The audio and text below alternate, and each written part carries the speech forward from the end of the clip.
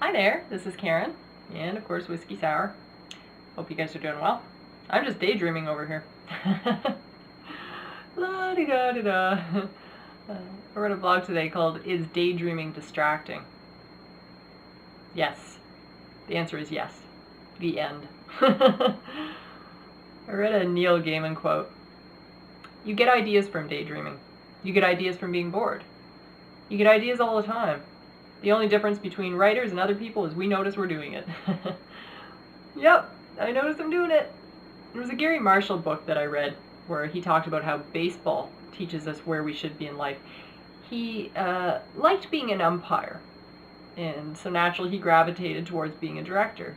For any of you guys who know Gary, he wrote Happy Days, Laverne and Shirley. He went on to do huge movies like Pretty Woman and things like that. I remember when he gave me the book. I was working with him in Toronto on a TV show, and the book was called Wake Me When It's Funny, which that's pretty much sums up Gary Marshall, I would say. What I got from the book was the ability to focus my career, and I think he probably noticed at that time that I wasn't very focused, and it's probably why he gave me the book. He signed it. It was really awesome. He said Happy Days to You in the front of the book. That was great, and he helped me survive on set. It was on it was like a 5-day shoot, and him and I sat around and chatted like for 18 hours a day for those 5 days, and he's such a great man. But I think he noticed I might have not been really focused on my career, and so it was one of those times that I thought, this is so much better than, the acting books you get. So you want to be an actor.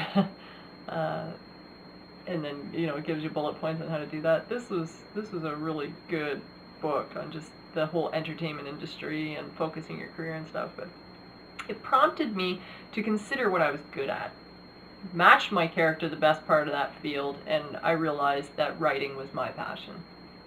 I did enjoy the acting that I did. I didn't, and I don't love it enough to do it all day long. So somehow Gary knew this about people. He could recognize that who was going to have some longevity based on what they loved, what their character could handle, where they could see themselves in life. The where do you see yourself in 5 years kind of mentality. So he could recognize where people belonged in the entertainment industry just based on what part of the baseball field they excelled in. So he would take a lot of people out and play baseball with them. And if you've ever seen any footage from Happy Days or anything like that, or the reunions that happen, he always goes out on the baseball field. He'll take friends out on the baseball field, and he seems to figure it out that way. And his career, Gary's career, started as a result of being a very sick child. While he is a stellar director, and he's very good at that, writing is where he has invested the majority of his time. He practically lived in his bed. Feels like what I'm doing lately. And he told me that he has over 120 known allergies. Unbelievable. I remember his assistant having to go around Toronto, and Gary's from Los Angeles, so his assistant's going all over Toronto hunting for food that he could eat for lunch. He couldn't even eat from the craft services or anything that was on set, so his assistant had to go all over the place. So he had over 120 allergies, which made raising him extraordinarily difficult as a child. And daydreaming was the catalyst for him, but he learned to see humor in everything. And so his book, Wake Me When It's Funny, was his way of saying humor was the only thing holding his interest. And probably keeping him alive, at that time. It's just like you're stuck in a bed, and that's about all you can do. And I think it's great that he identified the part of his life that gave him the most joy. If you've ever seen any of his shows, Happy Days, Laverne and Shirley, his sick childhood didn't seem to hold him back from daydreaming his way into a solid career. And writing, directing, that's so good at it. He's just so good at it. Now, daydreaming can be a hurdle. We talk about all the things that are hurdles. I've talked before about how daydreaming of girls and boys in school, back when I was in school, just, completely killed the learning process. But is there a way that we can actualize this daydreaming the way that Gary did? Now, most of my daydreaming in life has either been about relationships, potential relationships, or material acquisitions. It's like, oh, a new car, oh, a new house, oh, a new whatever. You may have met someone who lives thousands of miles away, and so you wish you could be with them. So you just look out the window as though longing for them is going to get you there or them here. And I'm just like, oh, if I make my thoughts go out into the universe far enough, that'll actualize this. And you may dream of having a big house, and there you are, and your daydreaming takes you on this thought process where you're picking out linens already and window coverings. But then your bank account is just sitting there either with nothing in it or it is minus, somewhere in the hole. And I have found that this kind of daydreaming is crippling. It's absolutely crippling. It's not helpful. It's not inspiring, and it just doesn't go anywhere. And then it makes you feel disappointed because, oh, there I just spent 2 hours daydreaming and I didn't actualize anything and nothing happened, and oh, I'm not going to get it anyway, and oh, my life sucks. And it takes you on that kind of journey that's not healthy. I think Gary knew that he had been dealt this sick card as a child, and he could either just lie in a depressed state about it, or he could recognize that he thankfully wasn't allergic to his pen and paper, and he ran with that. And before looking at lofty, almost unattainable goals, I think it's more important to get in touch with our spirit, like he did. It seemed to be forced to choose his career, and sometimes life does hand us some really crappy hands where we have to be forced to make these big decisions. And I recognize that I'm a homebody. I love being at home. People who say, oh, you live in Hollywood, what's the scene like there, Karen? I don't go out on the scene. I just don't. I don't go to all those crappy bars on Sunset, and I don't go to any Hollywood VIP things, and I don't do any of that stuff because I like being at home. I really enjoy myself being at home. So I have been setting myself up to work from home for years. You still have to, when you're with clients and all those kinds of things, and you have to go take meetings, you have to do other things, that's fine. But my goal is to work towards working out of my home.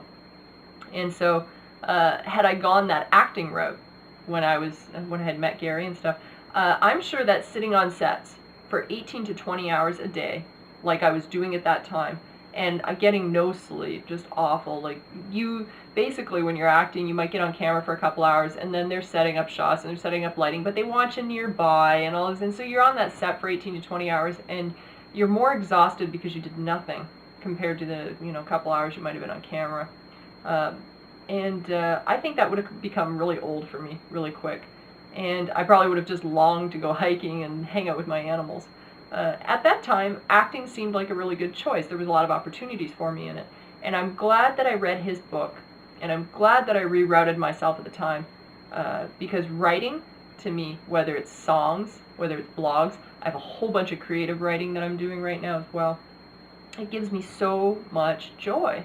I am thankful I wasn't sick as a child like he was, but I am envious that he found his career so early in life. Now, after realizing what I loved, what I felt good at, and what matched my personality, I had to streamline the daydreaming. It's like, before you can even think about your dreaming, your goals, and all that kind of stuff, you kind of got to get in touch with you first. So after that, I had to streamline the daydreaming. I have learned to daydream more about my journey and my process, which is a bit tricky. This has been a real big challenge for me.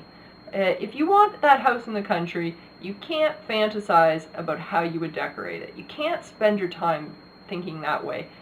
You have to give some thought to how you would pay for it and assert your energy into that direction. Valuable time gets very wasted. I know this. Imagining your friends coming over on Saturday nights, and imagining backyard barbecues, and what color your furnishings will be. And there's a lot of time for those things when that goal is realized later on. But you're missing out on a lot between now and then, And you're not staying open to what could happen in the meanwhile. There might be something cooler come along, and you weren't open to it because you were too affixed to that dream or that goal. And how can we put the same creative effort, that kind of daydreaming that we think about, all those linens and barbecues and all those fun things, how can we put that creative effort into our work, just our day-to-day work? And we all seem to know how to dream about that potential soulmate. We're really good at that. But how about brainstorming some ways to get our career healthy instead? Spend our time, focusing on that. I believe that by refocusing our thoughts, into things that can be tangible will assist us in arriving at the goal anyway. And life might surprise you. That's the cooler part. So when you are ready to make that move into that new relationship or home or whatever, you can think about all that stuff then. It doesn't have to occupy your time now. And I believe there is a time to think about everything in its time. Creative thinking and brainstorming feels way better. Just feels more rewarding than fantasizing about things that, if they don't happen, can just throw us deeper into our depression. Been there. I signed off today. I throw like a girl. Baseball's not my sport. I'll tell you that right now. I do the kind of limp-wristed, overhand, awful thing.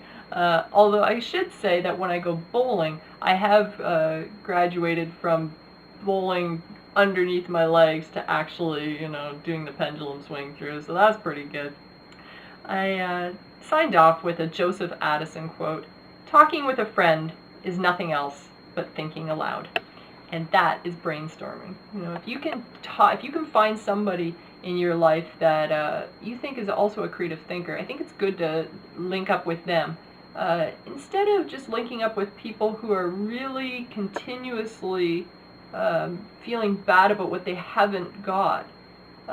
You can either become the person who can inspire those people to think differently, or you should find people who think differently. And I think it's really it's just about refocusing that and streamlining the daydreaming.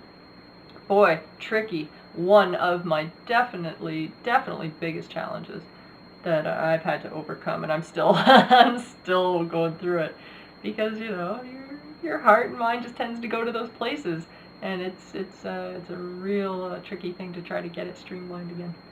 So I thought I'd share that with you today, and just hope you guys have a really fantastic weekend here. I think we got 2 weekends now till Christmas. I think next weekend until Christmas. So if you do celebrate that as your holiday tradition, I hope that you get all your shopping in and everything's cool. I will add to that, if you guys want me to send out signed CDs, I will still do that for Christmas presents for you guys. If you want to, if you want to send them out as Christmas presents and pay for them later, that's totally cool. So if you have people that you want to send a signed CD to, I will definitely do that and get it in the mail for you right away, and then you can give it as a Christmas present and pay me in the new year sometime. Doesn't matter. Alright, so until tomorrow, I've been doing these every day. I noticed that this is like my 55th video blog that I started. We're on a roll now!